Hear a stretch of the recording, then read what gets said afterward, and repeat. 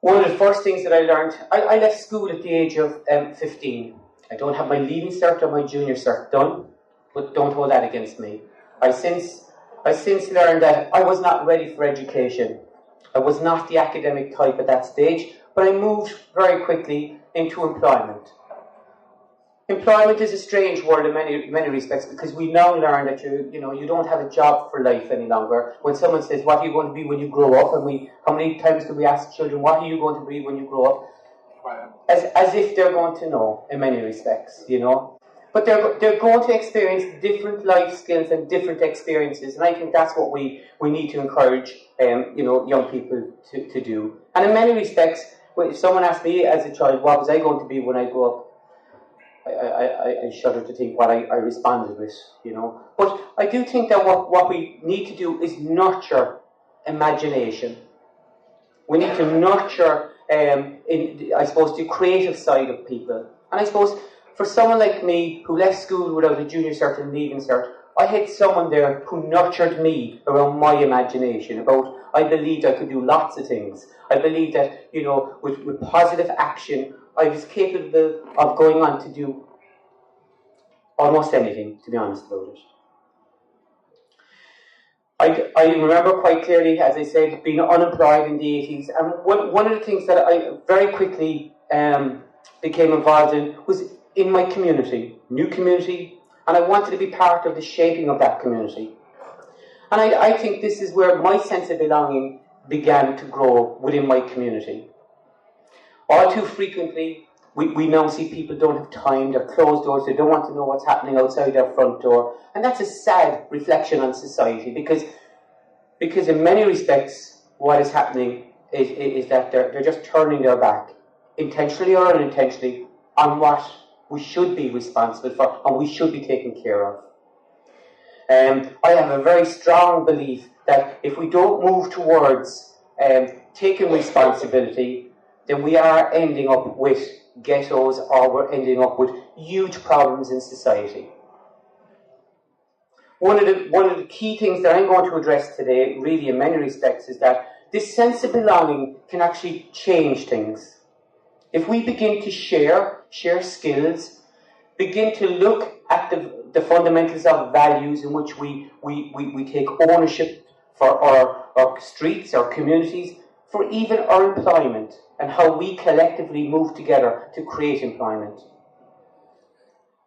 I addressed a meeting the other night inside Council where we had the childcare sector in this city coming together in anger over the possible job losses of the childcare sector in the city due to a government initiative called subvention. It's amazing when you sit down to address questions like this and you look at what communities have actually done to create employment. There are 41 units in this city, a lot of them community initiatives, that actually employ anywhere up to maybe 15 to 20 people in childcare.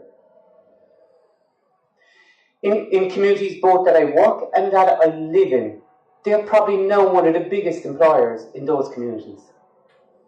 Okay, that's one sector. In recent times, we've seen communities begin to create employment through things like, for argument's sake, public transport initiatives. They've created employment with providing, we say, a drop-in centre. Created employment. My own community centre at the moment in Mahon is a hive of activity on any day. It has a coffee shop. It is a drop-in facility for people. It brings people in from outside the community to actually experience the community spirit. Young people have an opportunity to actually be part of a lot of the initiatives that go on in communities. Sadly, we're seeing, because of the cutbacks, we're seeing youth workers who work first-hand in youth projects being cut down from a 5-day week to almost a 3-day week.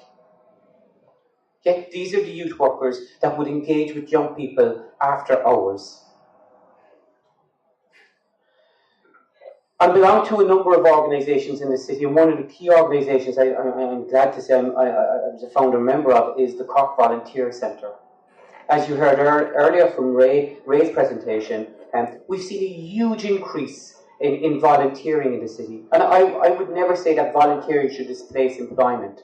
I believe that when people don't have employment, that's the opportunity for them to keep their skills alive, build up experience and share those experiences with other people. Ray took away some of my thunder earlier when he started quoting the unemployment figures in the city.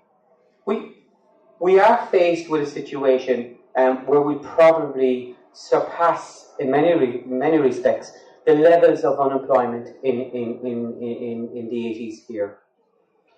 45% of early school living has raised its head. 45% of youngsters, imagine, during the Celtic Tiger era, left school without any formal education. In my experiences to date, I've worked in both Latin America, Brazil, Chile, and Uruguay at various stages. And I've worked as a volunteer out in communities who don't have a welfare system.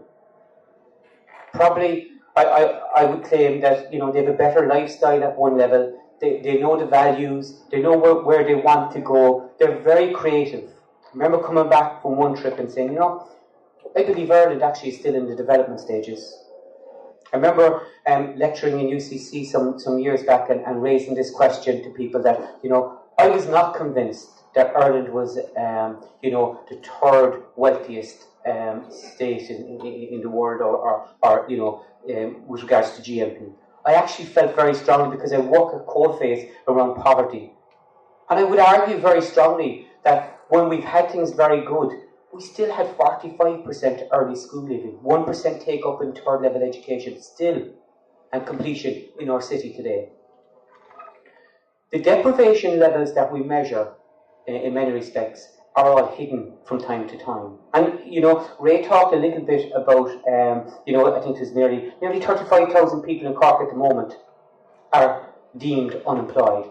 And I would say that's even wrong. And I'll tell you why. Because it takes 3 months for someone to be registered or to get a payment before they're actually counted as unemployed. So we're actually 3 months behind time, with regards to the figures. Or, we're not being shown the true reflections. But I know that I'm not going to dwell too much on the negativities at this stage. I'd like to tell you that back in the times when Ireland was undergoing a famine, we had an experience here, particularly in Cork, by a guy called William Thompson, who supported the initiative in a place called Rallahine around the setting up of a cooperative. He gave land over to people at a time when everybody else was either starving or the potatoes, the blight had hit the potatoes and stuff like that. And you had a communal situation under a cooperative structure that actually existed and flourished for a number of years while everybody else was struggling.